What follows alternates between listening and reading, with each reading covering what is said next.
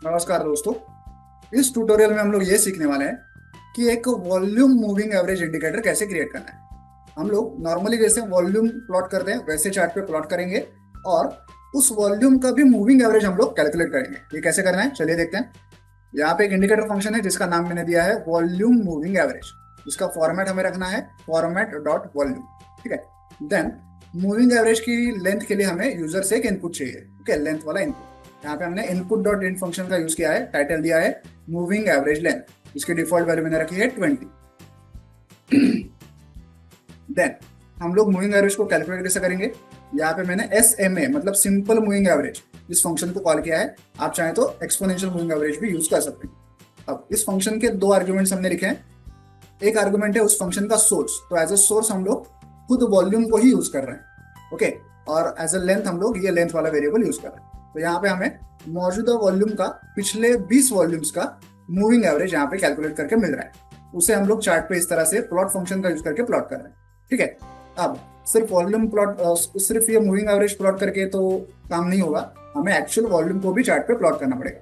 लेकिन उस वॉल्यूम का जो कलर होगा, वॉल्यूम बार्स का जो कलर होगा, उसको उसका जो लॉजिक होगा वो हमें पहले लिखना है। देखिए क्या लॉजिक हम लोग बना रहे हैं वॉल्यूम बार्स के कलर के लिए, कि जब कोई वॉल्यूम बार इस मूविंग एवरेज के ऊपर क्लोज होगा एंड करंट वॉल्यूम बार पिछले वॉल्यूम बार से बड़ा होगा या तो सेम वैल्यू पे होगा, तब जाके हम लोग उस वॉल्यूम बार को ग्रीन कलर देंगे। अदरवाइज अगर वॉल्यूम बार मूविंग एवरेज के ऊपर तो क्लोज हुआ एंड करंट वॉल्यूम पिछले वॉल्यूम से छोटा हुआ तो हम लोग उसे रेड कलर देंगे।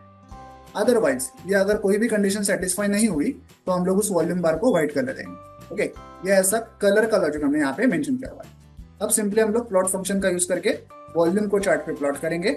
इसकी स्टाइल हम लोग रखेंगे स्टाइल अंडरस्कोर कॉलम्स, क्योंकि वॉल्यूम जो है वो कॉलम्स के या बार्स के स्वरूप में हमें दिखाना है। और कलर क्या रखेंगे, ये अपना जो अंडरस्कोर कलर वेरिएबल है उसे यहाँ पे यूज करेंगे। ठीक है, इतना ये सिंपल सा कोड है। वॉल्यूम को भी हमने प्लॉट किया और वॉल्यूम के मूविंग एवरेज को भी हमने यहाँ से कैलकुलेट करके प्लॉट किया। अब इसे चार्ट पे प्लॉट करके देखते हैं कि ये एक्चुअल में दिखता कैसे। देखिए मैं फिलहाल निफ्टी के डेली चार्ट पे हूँ। ये हमारा वॉल्यूम मूविंग एवरेज इंडिकेटर है। ये जो ब्लू लाइन आप देख पा रहे हैं यही है हमारा वो वॉल्यूम मूविंग एवरेज। ओके। और ये सारे हैं वॉल्यूम बार्स, वॉल्यूम कॉलम्स। देखिए कलर कलर कोडिंग कैसे किया है। देखिए जब कोई वॉल्यूम बार इस ब्लू लाइन के ऊपर क्लोज होगा एंड उसकी वैल्यू उसकी प्रीवियस वॉल्यूम बार से बड़ी होगी या तो सेम होगी, तब जाके हम लोग उसे ग्रीन कलर देंगे। अदरवाइज जब जब कोई वॉल्यूम बार ब्लू लाइन के ऊपर क्लोज होगा, अब ये ब्लू लाइन दिखाई तो नहीं दे रही है लेकिन ये इसके नीचे ही है। ओके। तो ये वॉल्यूम बार ब्लू लाइन के ऊपर क्लोज हुआ है एंड इसकी मौजूदा वैल्यू उसकी प्रीवियस वॉल्यूम बार से छोटी है, तो हम लोग उसे रेड कलर देंगे। ओके। अदरवाइज अगर कोई वॉल्यूम बार इस मूविंग एवरेज के ऊपर गया ही नहीं है तो हम लोग उसे व्हाइट कलर देंगे। तो इन सारे व्हाइट बार्स को, व्हाइट कॉलम्स को देख के आपको पता चलेगा कि इन्होंने उसका अपना जो वॉल्यूम का मूविंग एवरेज है उसको भी टच नहीं किया है, मतलब यहाँ पे ज्यादा वॉल्यूम नहीं है। और जहाँ जहाँ पे ग्रीन है वहाँ वहाँ पे आपको बुलिश वॉल्यूम दिखाई दे रहा है, जहाँ जहाँ पे रेड है वहाँ वहाँ पे आपको रेड बेरिश वॉल्यूम दिखाई दे रहा है। ठीक है। तो ऐसा एक वॉल्यूम मूविंग एवरेज इंडिकेटर हमने यहाँ पे क्रिएट किया। अब आप ये पूरा ट्यूटोरियल समझ गए होंगे।